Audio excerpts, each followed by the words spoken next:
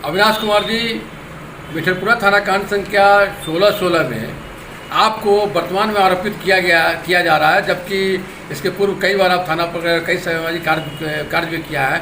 उसमें कोई ऐसी बात नहीं आई कि उस कांड में आप आरोपित हैं। इस संदर्भ में क्या कहना चाहते हैं? देखिए, मामला यह है कि जो 1616 का जो मामला है, इस मामला के पूरी FIR की कॉपी हमारे पास है। इसमें स्पष्ट रूप से लिखा गया है कि वो जो मामला हुआ था उसके फोटोग्राफ के आधार पर आरोपी को चिन्हित किया गया था, उसमें नामांकित किया गया था। उसमें वास्तविक में अविनाश कुमार नाम है, मैं ये बात मानता हूँ, लेकिन मैंने कई बार संबंधित पदाधिकारी से इस बारे में बातचीत किया है कि भाई ये कौन अविनाश कुमार है जो रामबाग निवासी लिखा हुआ है, मेरा घर सुंदरबाग में है, रामबाग में ऑलरेडी 2-3 अविनाश कुमार हैं।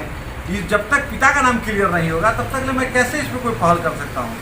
आज मुझे जानकारी मिली है कि हमारे वार्ड नंबर 41 की जो पार्षद महोदया हैं, उन्होंने मेरे पिता के नाम के बारे में चिन्हित किया है। तो मैं जानना चाहता हूँ, हमारे पार्षद महोदया जो एक बहू के रूप में, जो एक मतलब समय के अनुसार एक बन गई है पार्षद, उनको कहीं कोई भ्रमण नहीं होता है ज़्यादा। वैसे स्थिति में वो 2016 के इस कांड में जो पानी टंकी चौक पर हुआ था, उस कांड में वो हमें कैसे देख ली, कौन सा आधार से वो हमें सत्यापित कर रही हैं, इस बात को लेकर के मैं न्यायालय में भी जाऊँगा।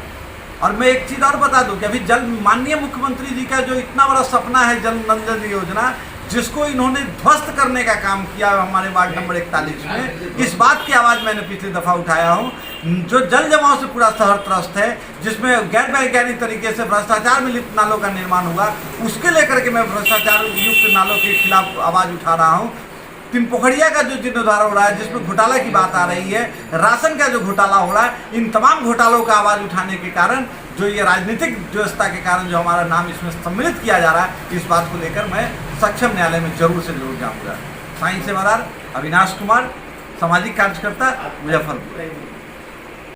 अविनाश कुमार जी, एक मामला 2016 में घटित थी, इसलिए कि स्कूल संचालक के द्वारा किसी बच्ची के साथ जो कोई अप्रिय घटना घटने के बारे में पुलिस प्रशासन को जानकारी मिली। मैं ये जानना चाहता हूँ कि मैंने FIR देखा है, और FIR मिठनपुरा थाना कांड संख्या 1616 है, जिसमें पुलिस कहती है कि फोटोग्राफ के आधार पर और गुप्त सूचना के आधार पर आरोपितों को चिन्हित की गई है।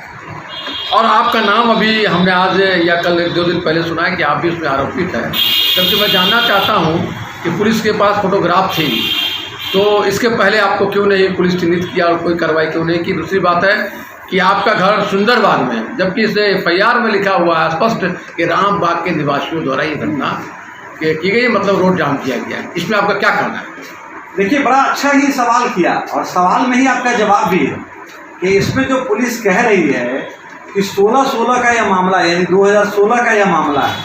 और मैं आपको जानकारी के लिए मुताबिक दे दूँ कि जिस फोटोग्राफ के आधार पर जो लोगों का नाम डाला गया, उस फोटोग्राफ में यदि मैं था, मैं पुलिस को कई बार मौखिक रूप से कि यह बात कह चुका भी हूँ कि अगर मेरा फोटोग्राफ है तो आप साक्ष्य दिखाइए ताकि मैं जमानत ले लूँ।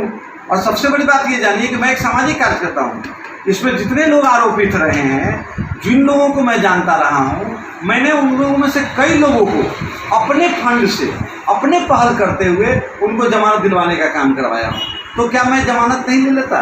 लेकिन मैं तो ये आश्चर्यचकित हूँ कि हमारा नाम जो डाला गया, जिसमें रामबाग निवासी बताया गया है, मेरा घर वास्तविक में सुंदरबाग में, और रामबाग में कई अविनाश कुमार हैं भी, लेकिन मैं उस पर कोई बात नहीं कहने जा रहा हूँ। लेकिन मैं इतना जरूर कहने जा रहा हूँ कि जिस फोटोग्राफ के आधार की बात ये पुलिस कर रही है, मैं पुलिस महकमे से यह बात पूछना चाहता हूँ कि क्या वो फोटोग्राफ में जब मेरा नाम था, तो जिस समय मैं 2020 में चुनाव लड़ रहा था विधानसभा का, जबकि एक नियम होता है कि विधानसभा चुनाव के जिस समय नॉमिनेशन दिया जाता है, उससे पूर्व जितनी भी मेरे ऊपर कोई भी FIR है या कोई भी परिवाद है, तो उस परिवाद को लेकर के मेरे ऊपर कार्रवाई हो सकती थी, लेकिन कोई कार्रवाई उस समय नहीं हुई।